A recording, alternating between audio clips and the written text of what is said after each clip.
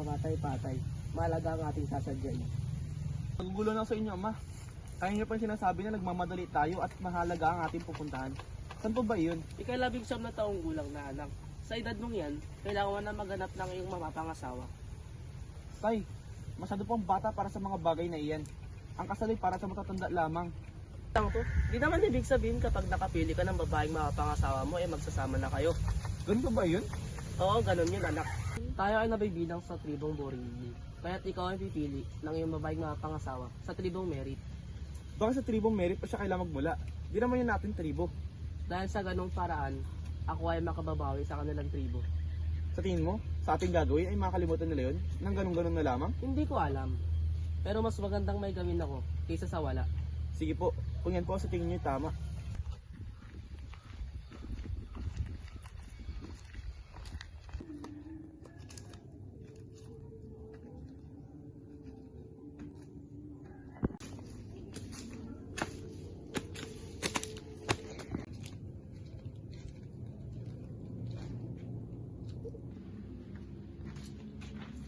Pahinga muna tayo anak.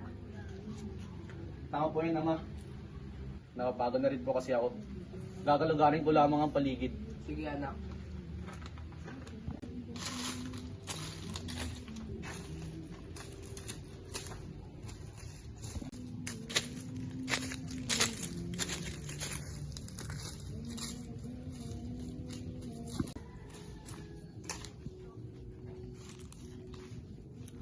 Saan naman ako makakahanap ng babaeng mapapangasawa ko?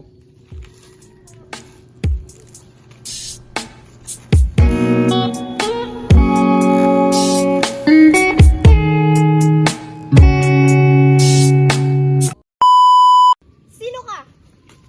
Bakit ka nandito? Magnanakaw ka, no? Ah! Magnanakaw! Huwag kang maingay. Walang gagawing masama. Tatanggalin ko ang pagkakatakot sa bibig mo kapag nangako ka sa akin, hindi ka mag-iingay.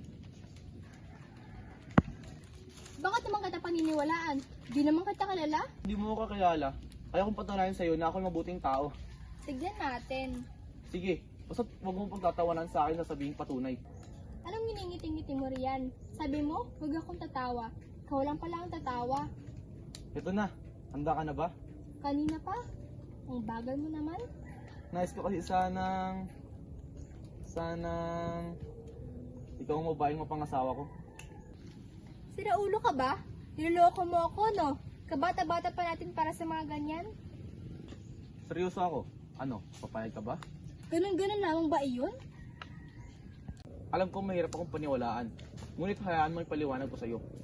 Kasama ko si Itay. Kami ay nagpunta sa tribong Merit upang makakahanap ng aking mapapangasawa. Ngunit, ikaw ang aking napili. Anong meron sa akin? Bakit ako ang napili mo? Hindi ko rin alam. Ang tanging alam ko lamang ay ito ang panahon na ibigay para sa akin. Ikaw ang aking napili. Kaya pabigyan mo na sana ako. Hindi ko malaman kung anong dapat kong sabihin sa'yo. Pero, sige na nga. Salamat sa iyo. Ako'y labis mong pinaligaya. Asahan mong hindi ka magsisisi sa iyong desisyon. Paano na ngayon? Siyempre, tuloy pa rin ang ating buhay. Pero darating ang panahon, tayo mamumuhay sa isang bubong. Baby, you know, no, I can't control. All the living, stop teasing me. No, I ain't playing games. Ain't no playing games. See, I just wanna let you know. Ama, Sino siya? Bakit? siya po ang babaeng napili ko. Si Volte. Magandang hapon po. Kamusta po kayo? Pero, Pasensya na po sa pagdidesisyon ko na hindi nagpapaalam sa inyo. Pero buo po ang loob ko sa aking ginagawa. Sana'y maunawaan niyo po ako. galang desidido ka na. Sino ba naman ako para tumanggi sa iyong desisyon? Ang buhay mo naman ang nakasalalay rito. Ayos lang ba sa'yo? Opo. Halina kayong dalawa at kausapin ng mga magulang ni Borte.